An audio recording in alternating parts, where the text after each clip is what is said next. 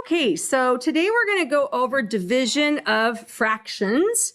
And I'm mainly going to be showing you the shortcut for division. We'll talk about stacked fractions later. Okay, so first thing we're going to do is we're going to convert from mixed to improper and back again.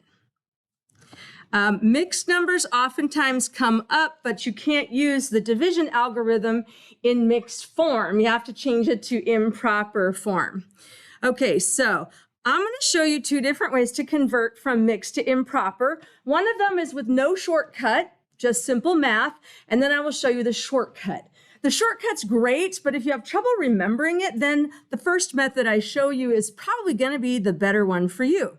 So 5 1/3, that's a mixed number because it has a whole number and a fraction. So without any shortcut, to change this back to improper form, really it's just 5 plus 1/3. Well, you know when you add fractions, you need a common denominator. So you'll multiply the 5 by 3/3. That gives you 15/3 plus 1/3. Which is 16/3, and that is your improper form. So really, mixed number is just addition, whole number plus fraction, and then can get a common denominator and add them together. Okay, so what about the shortcut? All right, this is the shortcut, and the shortcut does not have logic particularly because it is actually a shortcut for adding, but the shortcut says you take the bottom number times the front number plus the top number. So 3 times 5 is 15, plus 1 is 16. And then you put it over the original fraction denominator, which is a 3. So as you can see, the shortcut is really quite short, but you have to be able to remember it correctly. So on your work, you can do either form, addition form or shortcut form, whichever one works better for you.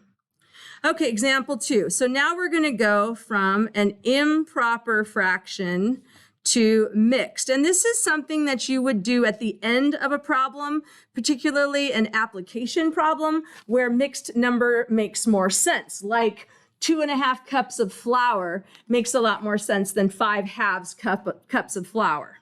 So we're going to take the improper fraction 12/5 and we're going to convert it. So what you have to do is divide 5 into 12 and it goes into 12 2 times. 2 times 5 is 10. We subtract and we get 2. This is your remainder.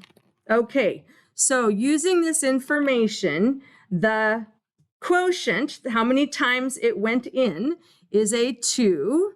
And then on the fraction, the top number is the remainder, which is 2, over the divisor, which is 5. And just like converting from mixed to improper, you'll notice that the bottom of the fraction is the same as the bottom of the original fraction.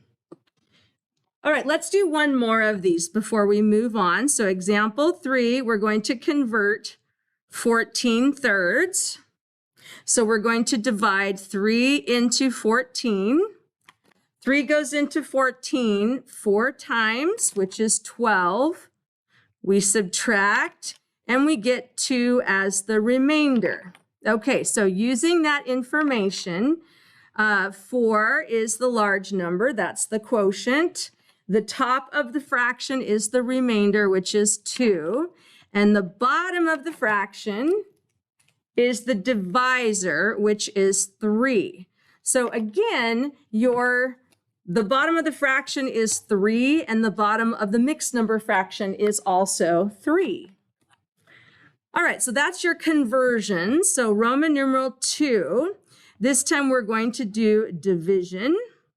And whenever you do division, your fractions must be in improper form, not mixed. So you will have to convert some of them into improper form so that you can divide. Okay, so for example, 1/2 divided by 3/7. Okay, again, I'm going to give you the shortcut version. We'll deal with stacked fractions later. So for the shortcut version, you take the second number and you flip it or get its reciprocal, 7/3, and then it becomes multiplication. When you multiply fractions, you multiply straight across, tops times tops, bottom times bottoms. 1 times 7 is 7, 2 times 3 is 6, and then you always check to see, does it reduce? We need to simplify and reduce whenever possible. All right, so I'm going to show you a way to do a fraction that needs to be reduced, but in a way that means you don't have to get really big numbers. So we're going to do 16/3 divided by 10/21. Okay, so the first part is the same. We're going to write the first fraction as is. We're going to flip the second fraction, 21/10, and it becomes multiplication. Tops times tops, bottoms times bottoms. Now here's where you can save yourself some work.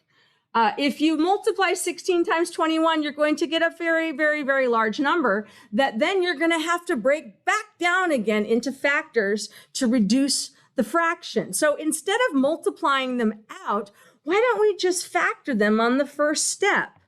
So 16 is 4 times 4.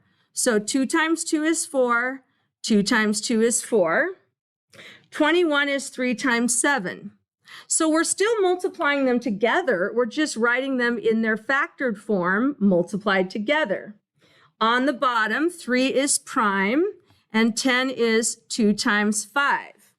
So when you prime factor, reducing is easy. You just divide out any factors the top and the bottom have in common, which would be a 2 and a 3.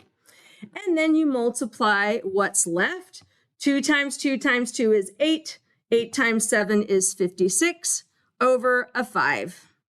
And that is your reduced and simplified fraction. And you didn't have to multiply any giant numbers. It was all very small math. Okay, that is division of fractions. Have a good afternoon.